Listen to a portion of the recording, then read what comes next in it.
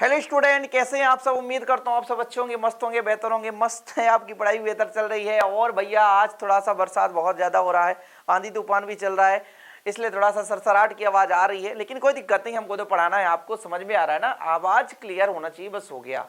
चलिए शुरू करते हैं प्यारे बच्चों। क्लास 12 फिजिक्स एनसीईआरटी में चैप्टर 4 में केलकित कुंडली धारामापी या वेस्टर्न धारामापी जिसे कहते हैं, इसके पहले हमने आपको बेहतरीन रूप से निलंबित कुंडली धारामापी बताया था। और हमने बताया था भाई साहब आजकल जो उपयोग में है ना, वो है हमारा केलकित कुंडली धारामापी।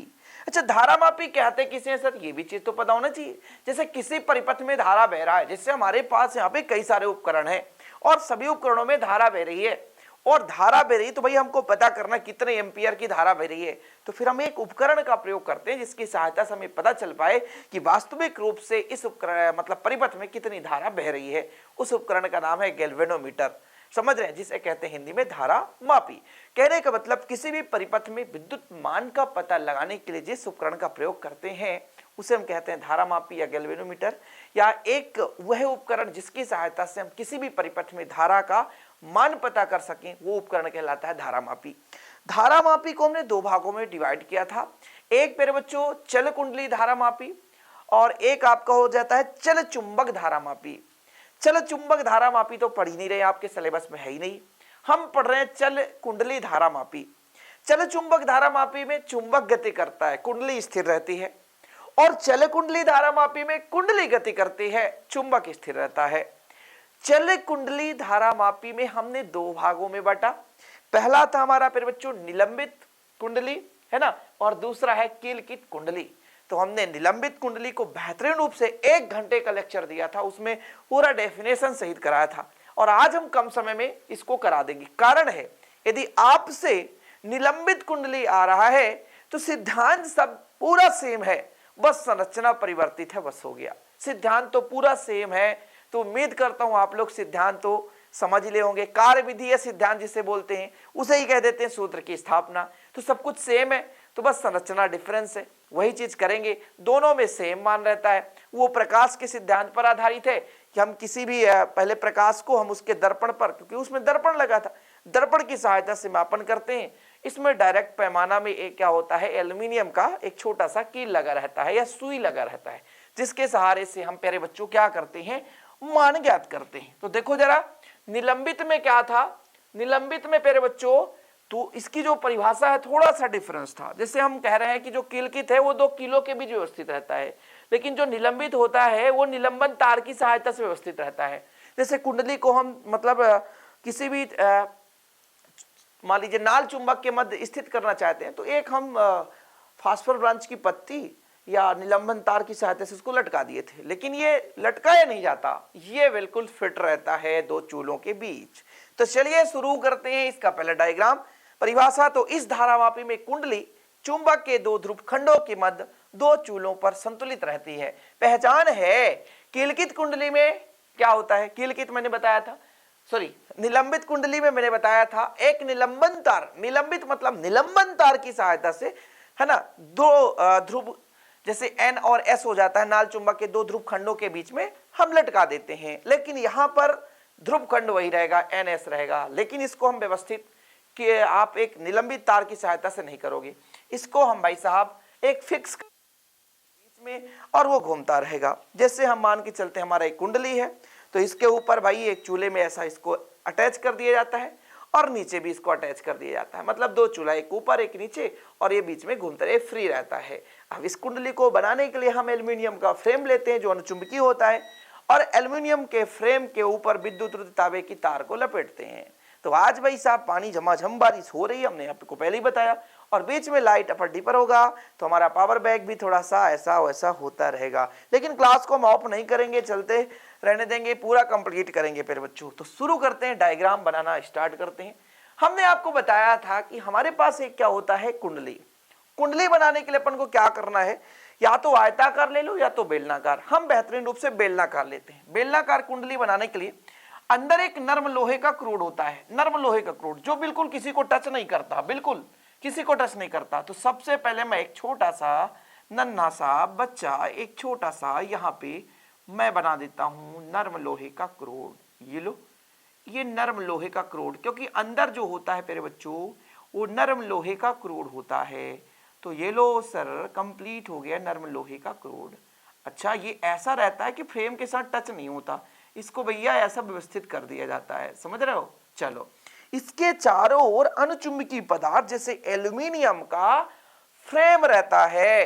कैसा बनाओगे सर? हम ऐसा बनाएंगे ताकि आपको भी समझ में आ जाए। तो भाई साहब यहां पर हम एक ऐसा कुछ बनाते हैं, बेलनाकार, है ना। अरे बहुत लंबा चौड़ा मत करो सर, क्योंकि इसके चारों ओर हमको तांबे का तार भी लपेटना है। तो हम एक सपोज दैट, अरे भाई लाइट यार डिस्टर्ब मत करो, बहुत कुछ आज माहौल बना कर आया हूँ, पूरा कंप्लीट करके ही इसको छोड़ूंगा। तो ये लो बच्चा, आज मैं यहाँ पे एक बेलनाकार बना दिया। अब इसमें क्या होता है, तांबे के तार को लपेटी जाती है इसके चारों ओर, है ना, तांबे के तार को लपेट जाती है। ये लो विद्युत रूप तांबे का तार होता है, इसके चारों ओर लपेट दिया जाता है। ये लो, ये कुंडली बन गई हमारी। क्या बन गई? कुंडली बन गई। यार कटान से नहीं होकर जाना चाहिए ना, ऊपर नीचे ऐसा नहीं करना सर, ठीक है, ऐसा, ठीक है। ये कुंडली बन गया, हम कुंडली बना दिए, ठीक है भाई, कुंडली बन गया, क्लियर है। बहुत ज्यादा लंबा चौड़ा खींच दिए सर आप तो। इसको कर दो, इसको कर दो थोड़ा सा पास, इसको आप कर दो पास, और फिर यहां से ये जो वायर है जा रही है। चलो ठीक है, मैं आपको भी थोड़ा सा एग्जाम्पल के तौर पर समझाऊंगा। ये लो वायर जा रही, कुंडली है भाई साहब, मैंने कहा ये मेरे पास कुंडली है। अब इसमें तांबे के तार को, ये देखो पिछले बार भी ऐसे ही समझाया था, पिछले बार जो मैं से, अरे भाई नीचे क्यों जा रहा, देखो जरा, ये है मेरे पास कुंडली, और इस कुंडली के चारों ओर विद्युत रोध तांबे की तार को लपेट दी जाती है। 1 2 3 4 5 6 7 8 9, और ऐसे आप लपेट सकते हो। ओके, चलो इसको रहने दो, फिर से समझाने की कोशिश करूंगा, इसलिए ऐसा बना है वो, ठीक है। अब हमने कहा इसको ध्रुव खंडों के बीच में रखते हैं, और वो ध्रुव खंड कैसा हो? बेलनाकार हो। बेलनाकार, बेलनाकार नहीं हो भाई, अवतल बेलनाकार, ये कुछ ऐसा, ठीक है, और कुछ ऐसा। इसको ऐसा करो, इसको ऐसा कर दो, और इधर से कर दो ऐसा, यहां पे लिख दो एन, और यहां पे लिख दो एस, और ये तो हमारा चुंबक ही है, नाल चुंबक भैया। कौन सा चुंबक बच्चा? नाल चुंबक भैया। कौन सा चुंबक? नाल चुंबक बन गया, ठीक है। अब हमने कहा था आपको कि भाई साहब यहां पे एक छोटा सा चूल्हा P1 है, कैसा है? P1, और इसमें ये क्या होता है? व्यवस्थित होता है। क्या होता है? व्यवस्थित होता है। इस चूल्हे के साथ ये जो हमारा कनेक्शन इसका बना रहता है। एक नीचे चूल्हा है जिसके साथ इसका कनेक्शन यहां से रहता है। एक नीचे चूल्हा है, ये लो भैया एक चूल्हा यहां पे बना दो। ये चूल्हा मतलब एकदम फिक्स है ना। ये हमारा P2 हो गया, ये P1 चूल्हा हो गया, ये P2 चूल्हा हो गया। यहां तक क्लियर है? यहां तक समझ में आ रहा है? अब इसमें दो संयोजक पेंच बनाएंगे, जैसे यहां से हम इसको ऐसा खींच दें, कोई दिक्कत? तो दो संयोजक पेंच, एक यहां पर बना देते हैं, ठीक है, इसको मैं T1 T2 दे सकता हूं, एक यहां पे संयोजक पेंच बना देता हूं, दोनों को हम जोड़कर रखेंगे संयोजक पेंच में, ठीक है, क्लियर है? चलो, एक चीज और आपने पढ़ा होगा प्यारे बच्चों, यहां से एक स्प्रिंग आती है, एक स्प्रिंग, और इस प्रकार से ये स्प्रिंग रहती है। यहां भी एक स्प्रिंग रहेगी जो कि हम जिसके सहारे से ऐंठन पता कर पाएंगे, ठीक है। इसका जो कनेक्शन है,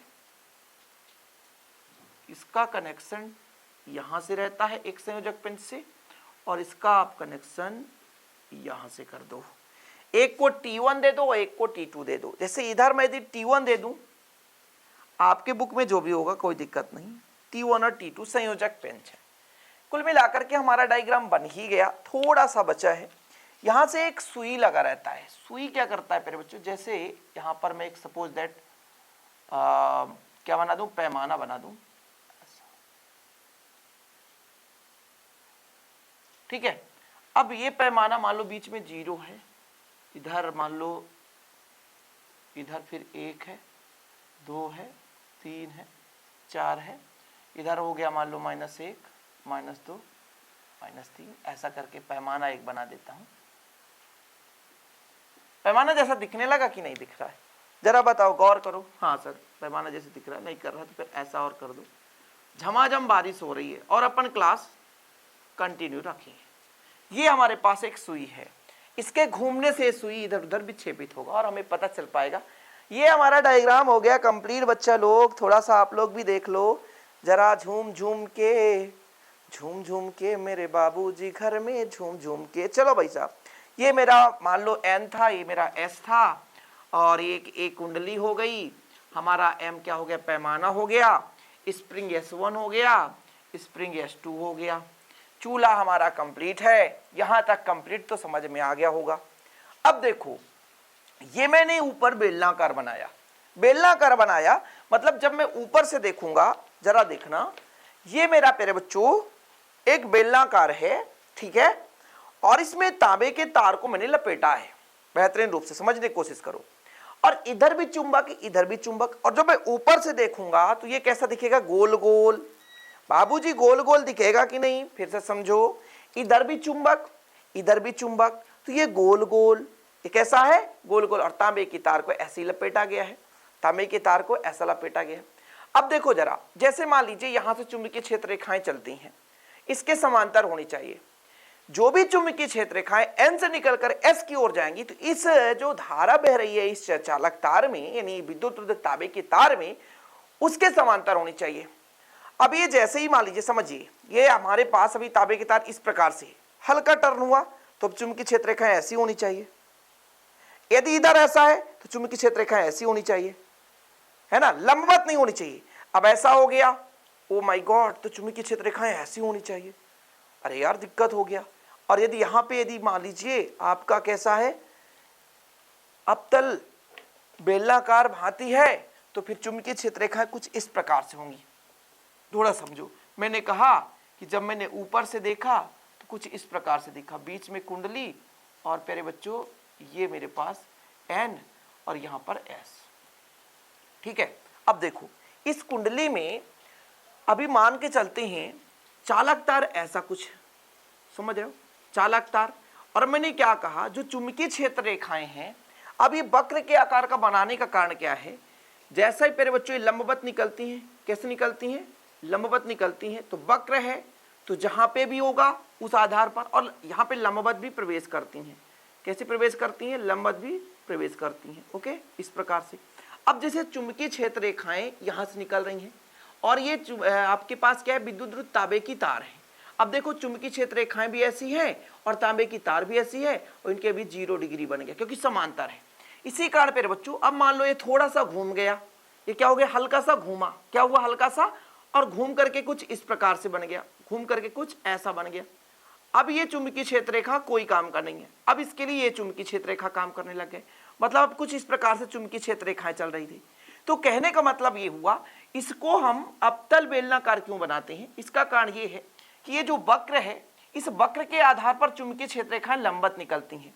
और ये आपका प्यारे बच्चों, जो भी बेलनाकार आपने कुंडली बना रखी है, ये कुंडली जब घूमती है तो ये जो इसमें विद्युत रोधक तांबे की तार है, उसमें बहने वाली धारा चुंबकीय क्षेत्र रेखा के अनुदिश होना चाहिए, यानी चुंबकीय क्षेत्र रेखा के समांतर होना चाहिए। यदि ऐसा नहीं होगा तो देखो होता क्या है, जब हम आपको समझाए थे कि एक चुंबकीय क्षेत्र में प्यारे बच्चों, एक चुंबकीय क्षेत्र में हम रख देते हैं क्या, हम रख देते हैं प्यारे बच्चों एक आयताकार कुंडली। इसमें 2 बल, एक अंदर की ओर लगता है और एक आपका लगता है बाहर की ओर। अब इन 2 बलों के कारण ये अंदर की ओर जाता है, ये बाहर की ओर जाता है, और इसी कारण इसमें विक्षेप होता है। यदि सपोज दैट ऊपर से एक बल लगने लग जाता अंदर की ओर और एक नीचे की ओर बाहर की ओर, तो फिर ये ऐसा ना घूम करके, मैं यदि सपोज करूं यहां पर, ये मान के चलता हूं ये कुंडली है, मैं एक अंदर की ओर बल लगा और एक बाहर की ओर, तो फिर इस प्रकार से कुछ बल लगेगा, घूमेगा। सपोज करो, मान लो कि एक यहां पर बल लगने लगा, एक नीचे की ओर बल लगने लगा, तो फिर कुंडली ऐसे घूमने लग जाएगी, तो फिर गड़बड़ हो जाएगा। तो कुंडली हमारी ऐसे ही घूमनी चाहिए, या तो ऐसे ही घूमे या तो ऐसे घूमे, मतलब कुंडली में विक्षेप होना चाहिए। तो कुछ इस प्रकार से हो या इस प्रकार। ये कब हो सकता है? जब जो ऊपर तांबे की तार है इसमें जो धारा बहे वो धारा चुंबकीय क्षेत्र रेखा के अनुदिश होना चाहिए। किसके? चुंबकीय क्षेत्र रेखा के अनुदिश होना चाहिए। तो मैंने कहा बच्चा लोग, ये मेरा बेलनाकार है कुंडली, इसमें तांबे की तार को लपेटी गई है। अब ये घूमेगा। अभी जैसे मान लीजिए ऐसा है तो चुंबकीय क्षेत्र रेखा इसके ऐसी होनी चाहिए।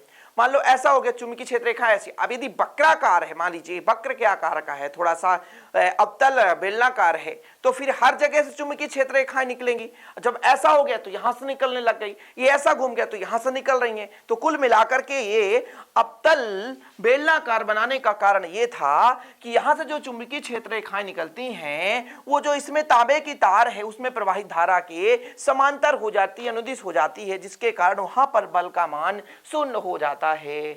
ठीक है, समझ में आया? ये चीज क्लियर होना चाहिए प्यारे बच्चों, अनुदिश होना चाहिए, क्योंकि साइन थीटा साइन 90 का साइन 0 होना चाहिए। 0 डिग्री क्यों? क्योंकि समांतर है। जब दो चीज एक ही दिशा पे हो तो 0 डिग्री, और साइन 0 तो बल का मान 0 हो जाता है। बल बराबर आपने पढ़ा है, जैसे हमारे पास बल है, आई धारा बह रही है, लंबाई L है, चुंबकीय क्षेत्र भी है, तब ये साइन थीटा के फॉर्म में होता है। ये थीटा का मान 0 हो वहीं पर बल 0 होगा। और प्यारे बच्चों आपको पता है कि चुंबकीय क्षेत्र रेखा यहाँ से ऐसी चल रही हैं, और ये जो हमारे पास कुंडली है तो एक में तो धारा ऊपर की ओर और एक में धारा नीचे की ओर, कैसे घूम पाता है? इसलिए तो कहता हूं, बार बार विनती करता हूं कि पहले का लेक्चर आप देख लो, थोड़ा सा समय लगेगा लेकिन यदि आप सीख गए ना तो फिर हमेशा के लिए आपको क्लियर हो जाएगा।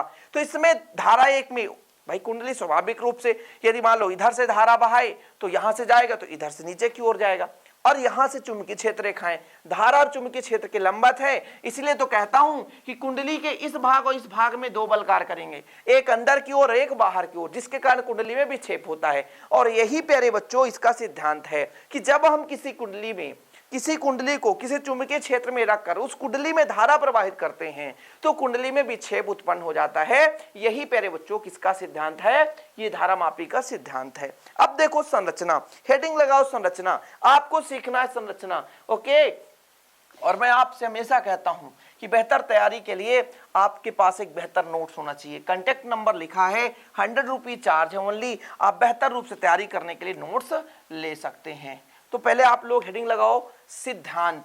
सिद्धांत मैं लिखा देता हूं, फिर संरचना लिखा देता हूं, फिर मैं आपको सूत्र की स्थापना, बस इतना ही तो है। सिद्धांत क्या कहा मैंने प्यारे बच्चों कि जब किसी कुंडली को किसी चुंबकीय क्षेत्र में रखकर, थोड़ा समझने की कोशिश करेंगे, जब कुंडली को चुंबकीय क्षेत्र में रखकर, किसमें? चुंबकीय क्षेत्र में रखकर उसमें धारा प्रवाहित किया जाता है। उसमें धारा क्या किया जाता है? प्रवाहित किया जाता है, धारा प्रवाहित किया जाता है। तो कुंडली में विक्षेप उत्पन्न होता है। तो कुंडली में क्या होता है बच्चे लोग? विक्षेप उत्पन्न होता है। ठीक है, ये लो कंप्लीट है। थोड़ा सा इसमें मैं पानी इसको पिला दूं, क्योंकि इसमें पानी बहुत कम है, इसलिए कलर बहुत कम रहता है ना, डाउन रहता है, तो फिर अच्छे तरीके से चलता नहीं है। तो पानी पिलाने के लिए, जैसे आपको पढ़ते पढ़ते प्यास लगती है, वैसे इन मार्करों को भी हमको पानी पिलाना पड़ता है अच्छे तरीके से लिखने के लिए। ये तो गुस्सा हो जाते हैं ना कि सर हम तो काम नहीं करेंगे, समझ रहे हो? ये सब पहले का काम है, लेकिन क्या करूं, कभी कभी भूल जाता है, पढ़ाने लगना शुरू हो जाता हूं, फिर समझ में आता है कि यार कुछ चीजें भूल गया। ये चीज है, ये सिद्धांत है। अब आप हेडिंग लगाओगे संरचना। मैं पूरा विधिवत बता रहा हूं संरचना, कुछ भी नहीं करना है। ये जो डायग्राम मैंने बनाया, देखो संरचना में क्या लिखना है। सबसे पहले मैंने कहा भाई साहब कि हम किलकित कुंडली को बनाने के लिए क्या करते हैं, एक आयताकार या बेलनाकार अनुचुंबकीय एल्यूमिनियम का क्या करते हैं, एक एल्यूमिनियम का एक फ्रेम लेते हैं। फ्रेम का मतलब होता है या आयताकार या बेलनाकार, हम एक ज्यामिति के रूप में यानी आकृति लेते हैं, कुल मिलाकर ऐसा है। फ्रेम तो आप समझ ही गए होंगे। तो कुंडली बनाने के लिए हमको क्या चाहिए होता है? अनुचुंबकीय पदार्थ का। जैसे हम एल्यूमिनियम का एक फ्रेम लेते हैं, जिसके चारों ओर विद्युत रुद्ध तांबे के तार को फेरे लपेट दिए जाते हैं। अब जैसे ये मैंने कहा था और ये तार मैं हमेशा समझाता हूँ, ये विद्युत रुद्ध तार है, अंदर मेरे पास कापर है और इसमें प्यारे बच्चे या तो कापर में तो विद्युत कुचालक पूरा है, इसके अंदर आप देखोगे मशीन कभी खोलना या किसी मोटर को खोलना तो जो कापर होता है सफेद कलर का होता है, लेकिन उसमें पॉलिश लगा रहता है और वो चमकता है। इसका कारण क्या होता है, वो पॉलिश इसलिए होता है क्योंकि वायर इतनी पतली होती है लेकिन उसमें पॉलिश होता है ताकि एक का करंट दूसरे में फ्लो ना हो सके। तो वैसा मैंने क्या कहा कि इसको बनाने के लिए अपन क्या करेंगे, एक फ्रेम लेंगे, किसका, अनुचुंबकीय पदार्थ जैसे एल्यूमिनियम का फ्रेम लेंगे, उसके चारों ओर विद्युत तांबे के तार को लपेट देते हैं। ठीक है, ये हमारा बन गया क्या, कुंडली। अब इस कुंडली के मध्य में एक नर्म लोहे का क्रोड लगाते हैं, मतलब रखते हैं, और ये क्रोड इस प्रकार से होता है कि वो कुंडली के किसी भी भाग को स्पर्श नहीं करता, कुंडली के किसी भी भाग को स्पर्श नहीं करता। इतना क्लियर है, समझ में आ गया, इतना तो कर सकते हो प्यारे बच्चों। हमने क्या कहा कि ये चल रहा है किलकित कुंडली में बेस्टन धारा मापी की बात कर रहे हैं। इसमें कुंडली को बनाने, ये कुंडली हमारा ए है, कुंडली को बनाने के लिए हम अनुचुंबकीय पदार्थ एल्यूमिनियम का एक फ्रेम लेते हैं, जिसमें क्या करते हैं, विद्युत रुद्ध तांबे के तार को फेरे के रूप में लपेट देते हैं। क्लियर। इसके मध्य में एक नर्म लोहे का क्रोड होता है जो कि कुंडली के किसी भी भाग को स्पर्श नहीं करता। इतना क्लियर। ये जो कुंडली होता है, ये जो कुंडली होता है, इस कुंडली के दोनों ओर, एक ऊपर एक नीचे, दो चूल्हे होते हैं प्यारे बच्चों, एक P1 और P2 दो चूल्हा होता है। मतलब ये जो कुंडली होता है P1 और P2 चूल्हों से संयोजित होता है। इस प्रकार संयोजित होता है कि कुंडली आसानी से घूम सके। फिर से समझो कि जो हमारा कुंडली होता है दो चूल्हों P1 और P2 से संयोजित होते हैं और इस प्रकार संयोजित होता है कि वो आसानी से चुंबक के ध्रुव खंड के बीच घूम सके। अब इस संपूर्ण व्यवस्था को, कुंडली को हम दो नाल चुंबक के मध्य प्रबल चुंबकत्व का गुण होता है इनमें, तो हम कुंडली को नाल चुंबक N और S ध्रुव खंडों के बीच में रखते हैं। कुंडली के दोनों ओर स्प्रिंग, जैसे फास्फोर ब्रांच की हम स्प्रिंग बना देते हैं, S1 और S2 स्प्रिंग लगा रहता है, जो कि प्यारे बच्चों जो हमारा कुंडली होता है इसको अपने मूल स्थिति में लाने का कोशिश करता है। जैसे कुंडली मान लीजिए विक्षेप हुआ, घूम गया, तो फिर अपने मूल स्थिति में आएगा तो कौन काम करेगा भाई, स्प्रिंग ही करेगा। स्प्रिंग के ही सहायता से हम उसको वापस ला सकते हैं। तो हमारे पास दो स्प्रिंग लगे रहते हैं S1 और S2, है ना, ताकि प्यारे बच्चों जैसे ही धारा बंद हो जाती है तो स्प्रिंग के कारण ये अपने पूर्वावस्था में आ जाते हैं। इसके बाद आप देखो स्प्रिंग का जो हमारा S1 है, इसका संयोजक पेंच मान लीजिए T2 से और S2 का संबंध T1 से। आप ऐसा करो ना, ये S2 है तो इसको T2 कर दो तो और अच्छा रहेगा, S1 का संबंध T1 से कर देते हैं सिंपल तरीके से। ठीक है, आगे देखो, जो कुंडली होता है इसके साथ एक पतला सा एल्यूमिनियम का क्या लगा रहता है, एक छोटा सा सुई लगा रहता है, जो कि पैमाने M पर पहले शून्य पर स्थिर रहता है। ठीक है, जैसे ही इसमें हम धारा प्रवाहित करते हैं, कुंडली में विक्षेप होता है तो सुई में भी विक्षेप होता है, और सुई में जैसे विक्षेप होता है तो हम पैमाने की सहारे से उस पर प्रवाहित धारा की गणना कर लेते हैं। ओके, ठीक है, कोई दिक्कत नहीं। हम भी थोड़ा सा पानी ले लेते हैं, स्क्रीनशॉट तो ले सकते हो, कोई दिक्कत नहीं। समझ में आया?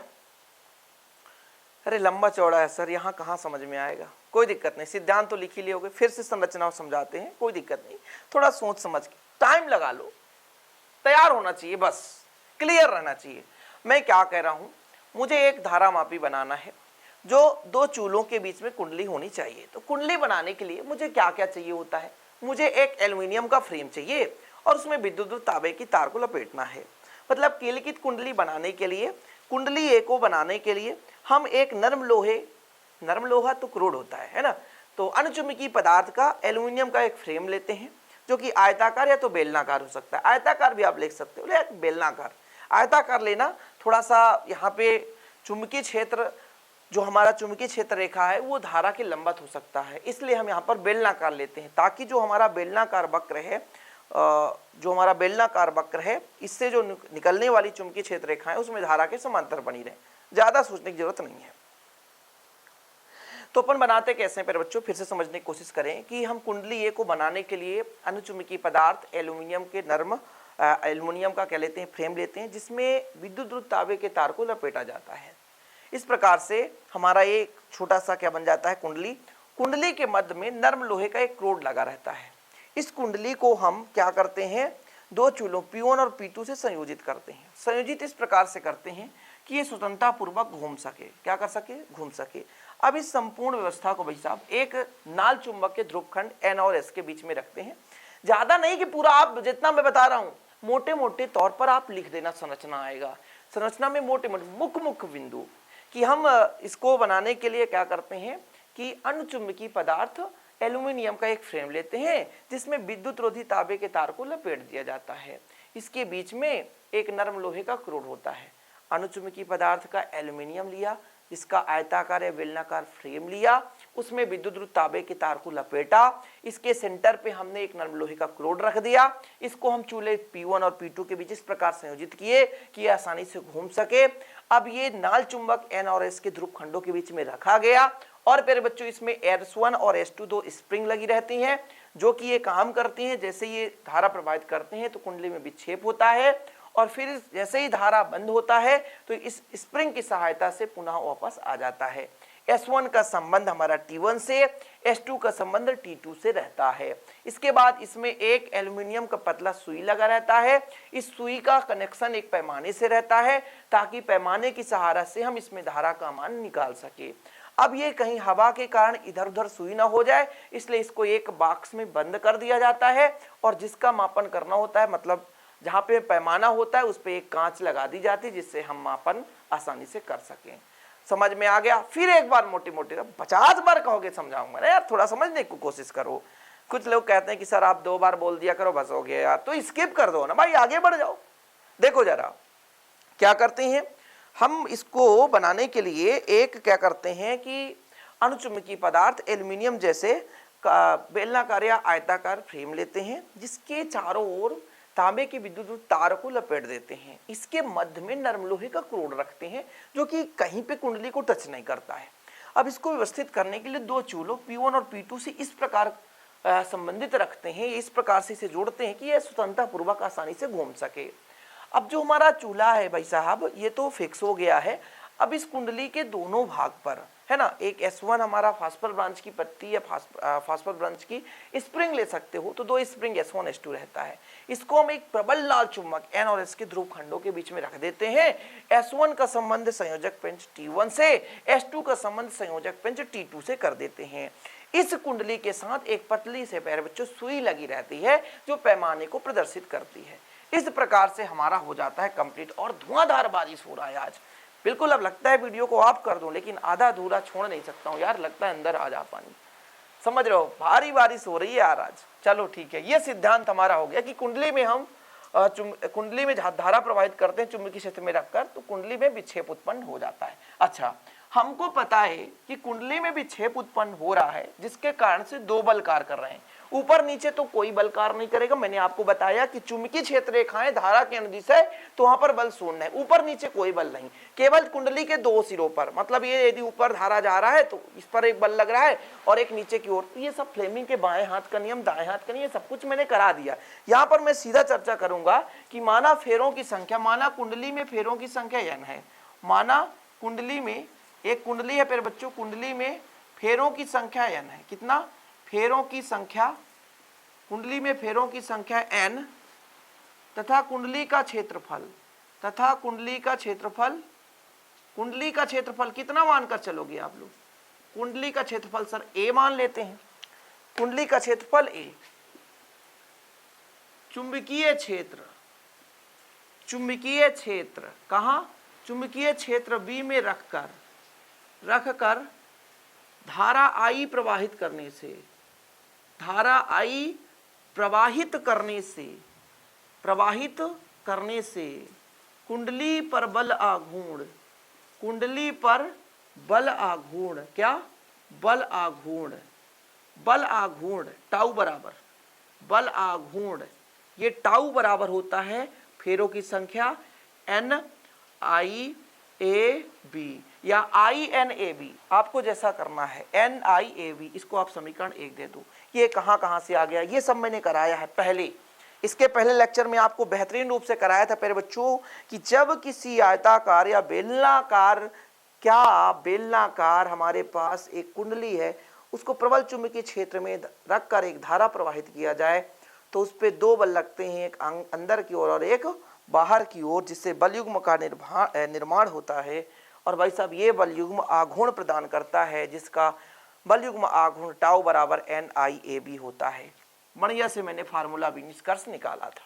क्लियर है? चलें आगे। चलो ठीक है, अब देखो जरा थोड़ा सा कोशिश करो आगे समझने के लिए। मैंने कहा जैसे ही कुंडली घूमी तो इस पर ऐंठन उत्पन्न हो जाता है। ठीक है, कुंडली के विक्षेप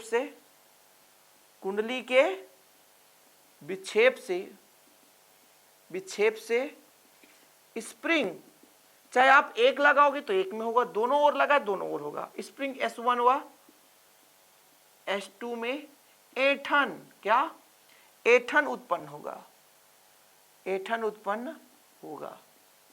तब प्यारे बच्चों जो स्प्रिंग का ऐंठन बल आघूर्ण होगा, ठीक है, तब आप लिख सकते हो तब ऐंठन बल आघूर्ण, ऐंठन बल आघूर्ण जानते हो कितना होता है? टाउ बराबर K फाई, जहां K क्या है? कुंडली के प्रति एकांक विक्षेप है, प्रति एकांक, और फाई क्या है? कुंडली का विक्षेप है। ठीक है भाई, K जो है हमारा यार ये कुंडली का विक्षेप हो गया, फाई तो ये क्या हो गया? ये हमारा इकाई भाग पर ऐंठन का बल आघूर्ण है। फाई क्या है? कुंडली का विक्षेप है, कितना कुंडली विक्षेप होता है। और K क्या है? प्रति एकांक लंबाई में, इकाई लंबाई में ऐंठन बल आघूर्ण कितना है इकाई लंबाई में, वो K है। और फाई क्या है? कुंडली का विक्षेप है। कोई दिक्कत? दोनों टाउ है तो यहां पर NIAB है प्यारे बच्चों, यहां पर K फाई है। तो इससे आप एक फार्मूला निकाल सकते हो, क्या?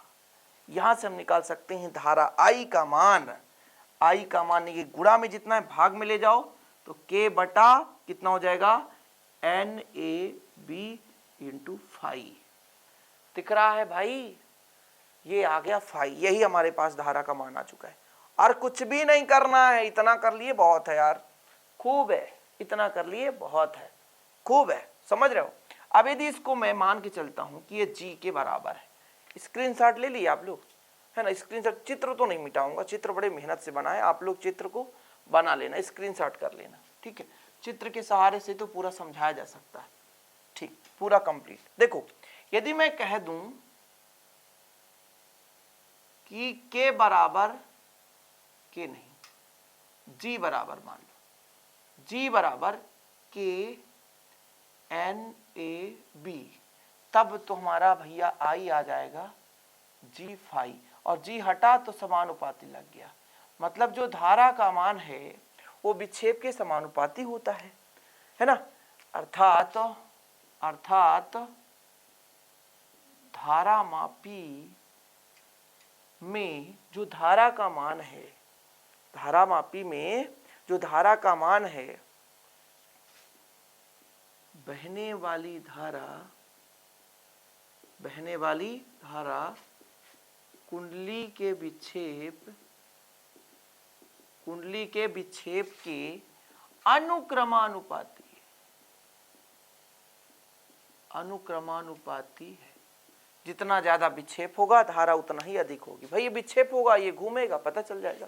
ये हमारा क्लियर हो गया फिर बच्चों, इसके अलावा कुछ करना ही नहीं है, इसके अलावा कुछ नहीं करना है। यहीं तक हमारा सूत्र की स्थापना हो गई, सूत्र की स्थापना हमारे पास हो गया कंप्लीट।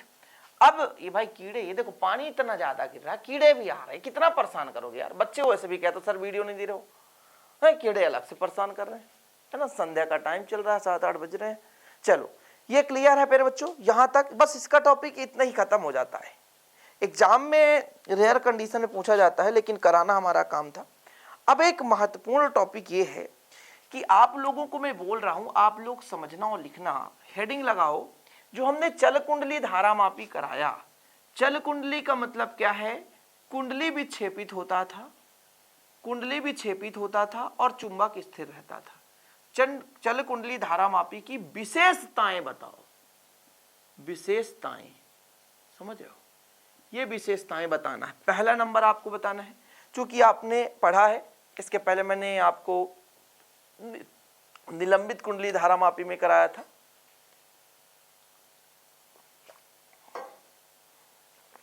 क्या कराया था प्यारे बच्चों कि इसकी जो सुग्राहिता है बहुत अधिक होती है, मतलब ये उच्च कोटि का होता है, क्योंकि इसमें 10⁻⁻6 एम्पियर तक की धारा ज्ञात की जा सकती है।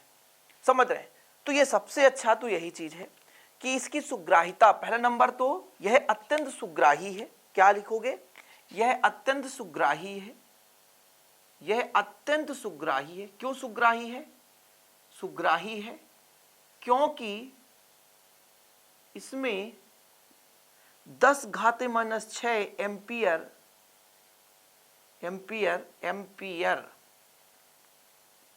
की धारा ज्ञात की जा सकती है।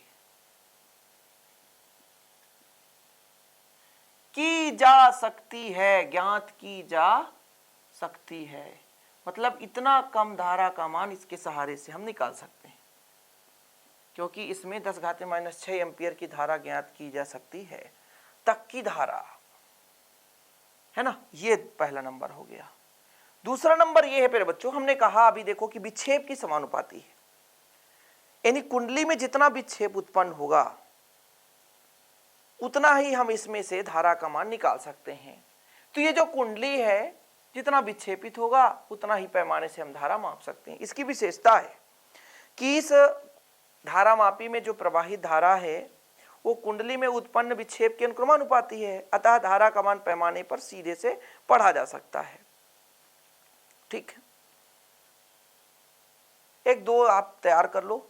तीसरा ये भी बहुत अच्छा चीज है कि जैसे हमने कहा कि जैसे इसको हम मान लीजिए एक बॉक्स में रख दिए, और बॉक्स में रख दिए किसी भी हम परिपथ में धारा की मान का गणना करना चाहते हैं या हम पता करना चाहते हैं, तो कुछ नहीं, इसमें से दो वायर रहते हैं, उसको हम टच करते हैं, धारा बता देता है।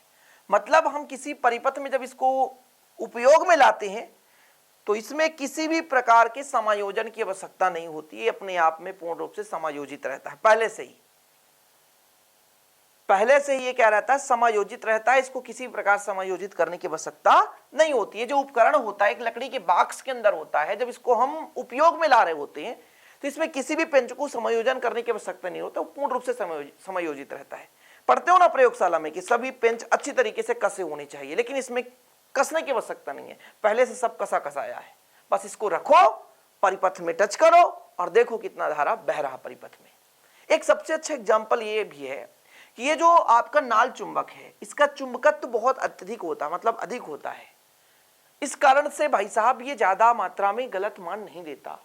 यदि इसका चुंबकत्व का मान बहुत कम होता है तो पृथ्वी भी एक चुंबक की भांति काम करता है, तो फिर चुंबक भाई पृथ्वी के भांति वहां भी चुंबकीय क्षेत्र रेखाएं निकलती हैं, तो उसके अनुसार फिर ये उल्टा घूमने लग जाए।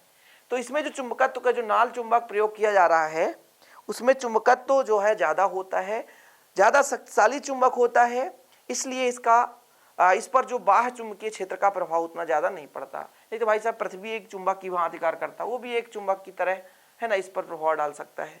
तो ये चीजें ऐसी हैं जो हम नहीं लिखा सकते हैं इतने लंबे चौड़े। अब कम समय में इतना कोशिश करना था समझाने के लिए, इनकी विशेषताएं समझ में आ गया भाई साहब। ये अत्यंत सुग्राही है। सुग्राही मतलब बहुत ही अच्छे मतलब उच्च कंडीशन का, उच्च क्वालिटी का है, क्योंकि इसमें 10⁻⁻6 एम्पियर तक की धारा बह सकती है, माप सकते हैं।